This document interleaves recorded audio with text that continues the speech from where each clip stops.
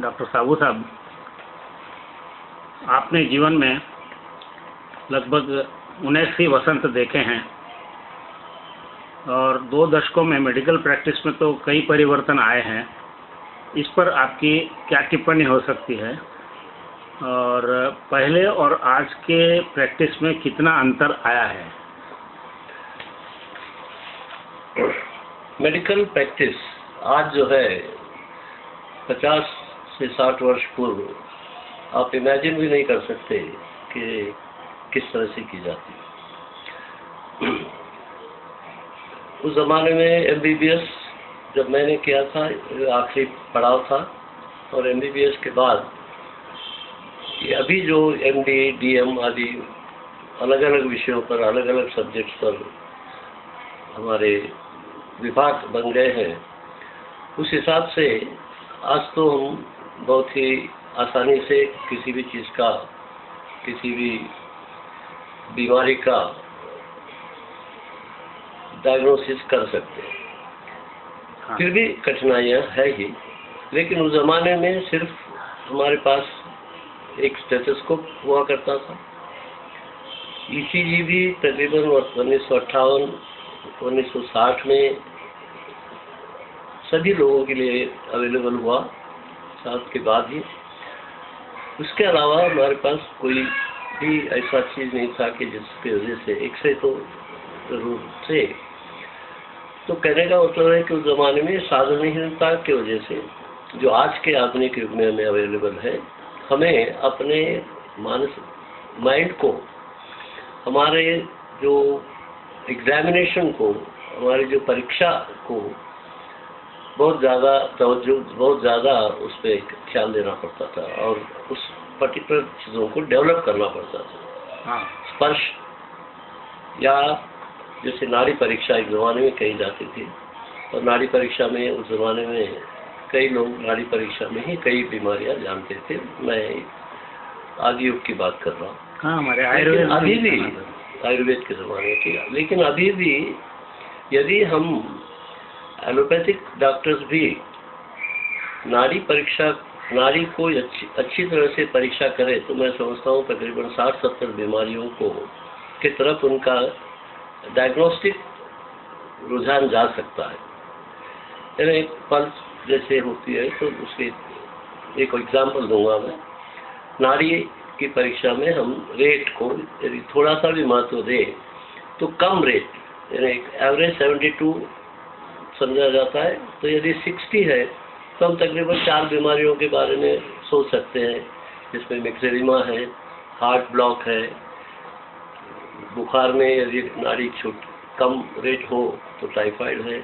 ऐसे कई बीमारियों को हम उस कम रेट में, और ज़्यादा रेट यदि है 110, 120, 180, तो हम फिर उसको और कई बीमारियों में हार्ट से लगाकर बुखार के बीमारी में निदान के लिए यूज़ कर सकते हैं। एक मैंने खाली रेट की बात कही, ऐसी 5-7 चीज़ें हैं परीक्षा में। तो मैं कह रहा था कि उस ज़माने में हमें इंस्पेक्शन, पैल्पेशन, परकशन, आस्कल्टेशन, ये 4 चीज़ों पे हम बहुत ख्याल रखते थे, और कई बीमारियों को, और आज भी मैं तो पर्सनल इसमें इन चीज़ों को देखता हूँ, ताकि डायग्नोसिस हम पहले करें और फिर हम उनको परीक्षा के लिए दें। लेकिन अब हुआ है उल्टा, पेशेंट से बात करने के पहले ही कार्डियोलॉजिस्ट के पास यदि वो आ जाता है, तो कार्डियोलॉजिस्ट चाहता है कि उसका पूरा परीक्षा कर ही वो उनके पास आए। तो इसमें क्या होता है कि डॉक्टर का जो माइंड एप्लीकेशन है वो नहीं होता। तो माइंड एप्लीकेशन से जो पेशेंट के साथ एक लगाव, पेशेंट और डॉक्टर का एक रिलेशन बनना चाहिए, वो रिलेशन अब बिल्कुल नज़ारत है। ये तो सिर्फ बिजनेस रिलेशन में ही इसकी गिनती हो सकती है। गिराक आया, उसने वो माल पूछा, उसके पैसे दिए, चले गया, उसका इसका कोई संबंध। लेकिन एक ज़माने में हम जो फैमिली प्रैक्टिस करते थे, तो फैमिली से हमारा संबंध था, फैमिली के हम एडवाइज़र भी हुआ करते थे, फैमिली के दुख सुख में हम भाग लेते थे, उनके यहाँ जो भी अच्छे काम हो या बुरे काम हो, उनकी कठिनाइयों में उनका साथ देते थे। लेकिन आज वह व्यवस्था नहीं रही है, और आगे वाले काल में मैं समझता हूँ कि इससे भी शायद डॉक्टर का चेहरा भी मरीज देखेगा नहीं, इस पर मुझे शंका है। दूसरा सवाल आपका है। मेरा वही अगला सवाल वही था कि आगे क्या हो सकता है। आगे ये मटेरियलिस्टिक वर्ल्ड है, और मटेरियलिस्टिक वर्ल्ड में, और मैंने तो संबंध की बात कही कि डॉक्टर और पेशेंट रिलेशन की तो संभावना ही कम दिखती है मुझे। और